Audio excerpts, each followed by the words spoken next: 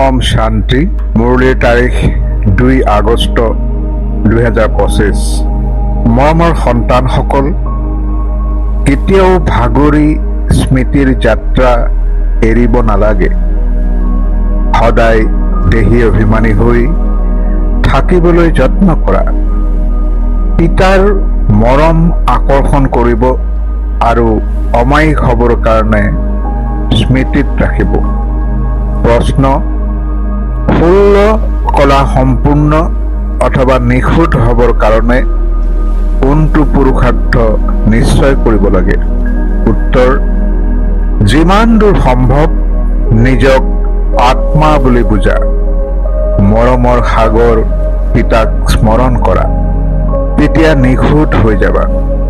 জ্ঞান বহুত সহজ, কিন্তু 16 কলা সম্পূৰ্ণ হ'বৰ কাৰণে স্মৃতিৰে আত্মাক নিখুঁত কৰি তুলিব লাগে। আত্মা বুলি বুজিলে অমায়িক হৈ যাবা। সকলো সংঘাত সমাপ্ত হৈ যাব। গীতটো প্যাৰ কা সাগৰ হে। ধাৰণাৰ বাবে মুখ্য সাৰ। 1 নম্বৰ, এই পতিত শ্ৰী শ্ৰী দুখদায়ী সৃষ্টিৰ প্ৰতি অন্তৰৰ আকৰ্ষণ ৰাখিব নালাগে। এজন পিতাৰ হাতত ধৰি ইয়াৰ সিপাৰে যাব লাগে।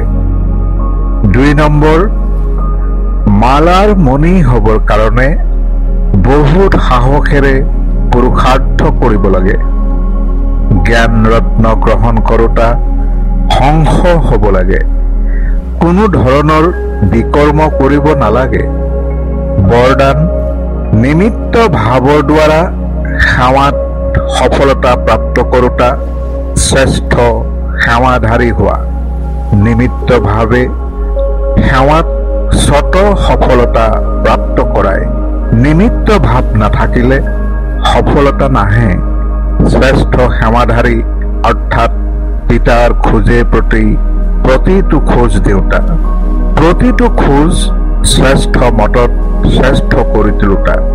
যিমানে সেৱাত নিজৰ মাজত ব্যৰ্থ সমাপ্ত হৈ যায়, সিমানে সমৰ্থ হয়, আৰু সমৰ্থ আত্মাই প্ৰতিটো খোজত সফলতা প্ৰাপ্ত কৰে। শ্ৰেষ্ঠ সেৱাধাৰী সেইগৰাকী যি নিজেও সদায় উৎসাহ উদ্দীপনাত থাকে আৰু আনকো উৎসাহ উদ্দীপনা যোগায়। শ্লোগান: ঈশ্বৰীয় সেৱাত নিজকে আগবঢ়াই দিয়া, তেতিয়া ধন্যবাদ পাই থাকিবা। ওম শান্তি। অব্যক্ত সংকেত: সহযোগী হ'বলৈ হ'লে পৰমাত্ম স্নেহৰ অনুভৱী হোৱা। এই পৰমাত্ম স্নেহৰ জৰিয়ে দূৰ দূৰণিৰ পৰা আকৰ্ষিত কৰি লৈ আহে।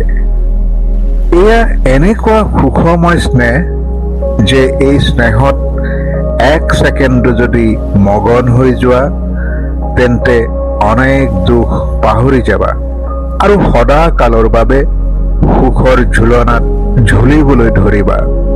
পিতাৰ তোমালোক সন্তানসকলৰ প্ৰতি ইমান স্নেহ আছে যে জীৱনৰ সুখ শান্তিৰ সকলো কামনা পূৰ্ণ কৰি দিয়ে। পিতাই কেৱল সুখেই নিদিয়ে, সুখৰ ভঁৰালৰ মালিক কৰি দিয়ে। ওম শান্তি।